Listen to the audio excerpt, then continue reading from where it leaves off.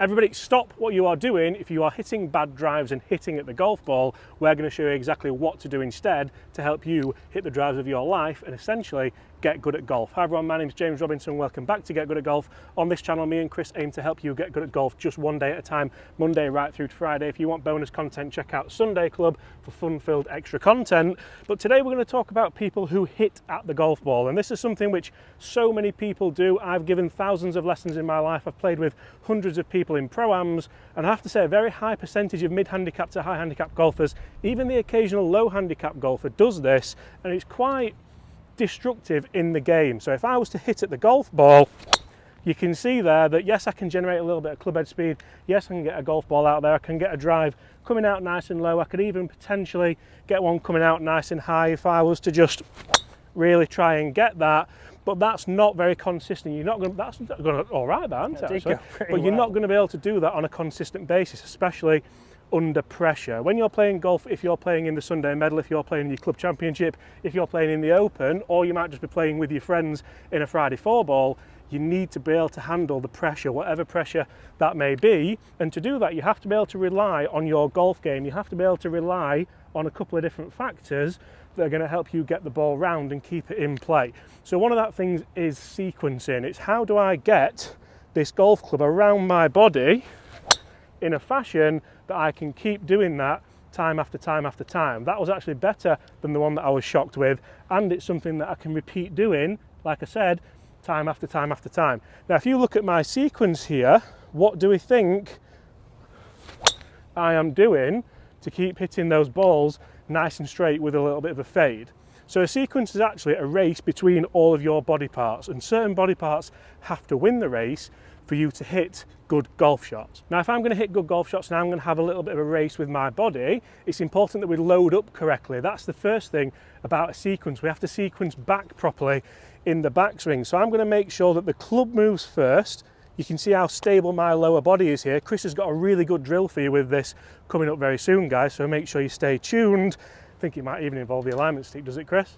It can do. The elusive alignment stick. But if I was to keep that club moving, keep my lower body still, then my arms move, then my upper body moves, then eventually my hips and my legs move, from there, that's a nice solid position at the top of the backswing and something I can repeat time after time. Now what happens in the downswing here? Do I then go the same? Do I go club, arms, torso? I can't even do this incorrectly, but how weird did that look? It didn't look like a golf swing where I was going to generate nice and consistent power, did it? Or something that I could repeat time after time. I was actually going to hit that, but I was worried I might hit out the toe and then hit Chris with the camera. But once I've got into a nice consistent top of the backswing, I'm going to reverse that sequence. I'm going to go legs and hips first.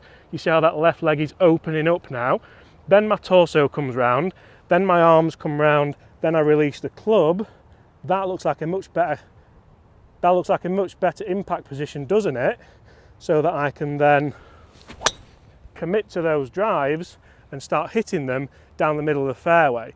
Now, if I want to get that correct and I'm not going to hit at the ball, it's more like a swing where the ball gets in the way. And that's something we even teach beginner golfers right at the start. Don't hit the ball, swing the club, let the ball get in the way and let the club do the work for you. Guys, Chris is now going to throw a drill at you that can really, really help you do this. Stop hitting at the ball and start getting good at golf. So guys, we are going to be using the elusive, well, the good old, the faithful, the alignment stick. So here at Las Colinas Country Can we get Club, a petition going for more driving ranges like this? we do. It's a perfect system. We've had a towel to clean our clubs, even though we don't really need to clean them off there. We've got nice Callaway range golf balls. We've got some tees. We've got an alignment stick that we can use for this drill here. So we need to get a better understanding from the top of the swing or in this motion how we work the lower body and the upper body. So if I take my setup here, and like James has mentioned, we want to be making motions where club is going to work away first with my chest. From here we're going to start to obviously get the wrists involved, get to the top of the backswing, and then from here we want to start to see that this lower body is actually moving, rotating and moving across before this starts to come Disclaimer, down. you'd never really hit balls at full speed like this either. No, disclaimer, definitely don't hit balls like this at full speed. So from here then we're going to be able to then rotate the chest, like James said, coming to, and this is what we should start to see. So most amateurs we see when they come into the golf ball are often like this, James, aren't they? Square hip towards the ball, early extended, Adding out loft. of posture, and then spinal injuries off the back. And no pressure whatsoever on the golf ball. So we're not getting the golf ball going as far as it can from staying in your angles. So a good thing for you to do on the driving range is to practice this, getting your takeaway, getting to the top of your backswing, and then feeling this first move, which is that lower body turning, then bringing the club down into this delivery position. And then from there, we rotate on the way through and really emphasize getting those hips through. We see from a lot of amateurs that we do get the hang back, and like you said, if you try to hit shots with this, don't do this. If you are somebody who turns your hips, you're going to catch your alignment stick, you're going to hurt your hand, maybe hurt your back, hurt everything, and we don't want to get blamed for hurt this. our feelings. And hurt our feelings by making those kind of swings. So don't do it on shots, but just get an idea of how that works. The big thing, I'm going to put this back on screen now, Chris, is just how stable your hips stay on that first third of the swing or the quarter of the swing. Exactly. The move away, Mr. Ledbetter would say. Yeah, and that's it, because we see from too many amateurs, we get that first bit of move away, his hips and everything together. We've already then got the club way behind. Where do we go from there? We Nobody go knows. that way.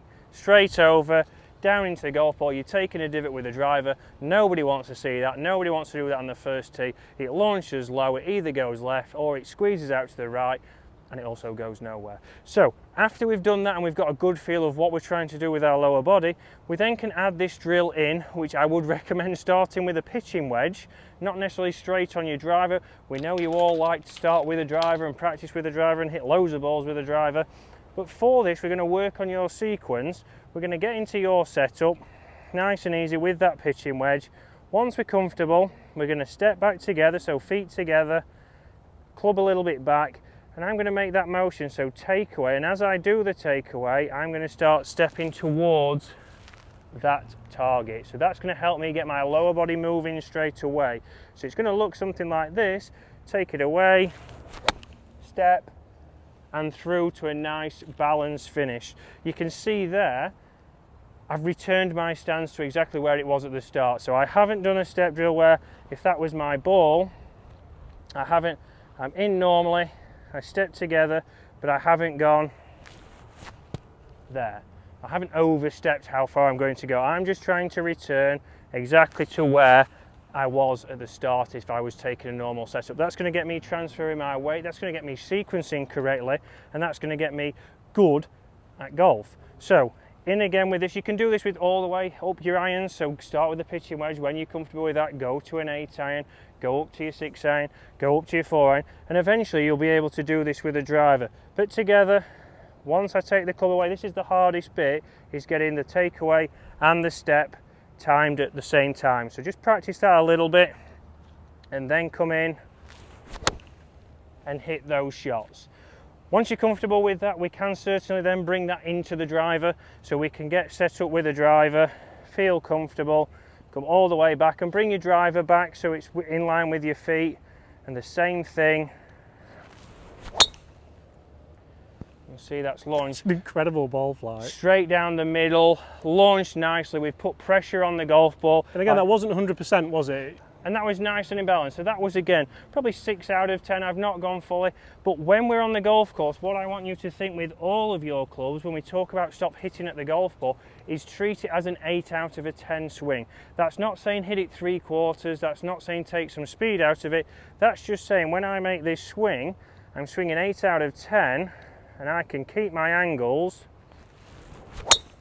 keep my balance, and I'm going to have a lot more consistent on where that ball starts, where it goes, and certainly get a little bit more distance. So guys, hope you enjoyed that, and we'll see you tomorrow.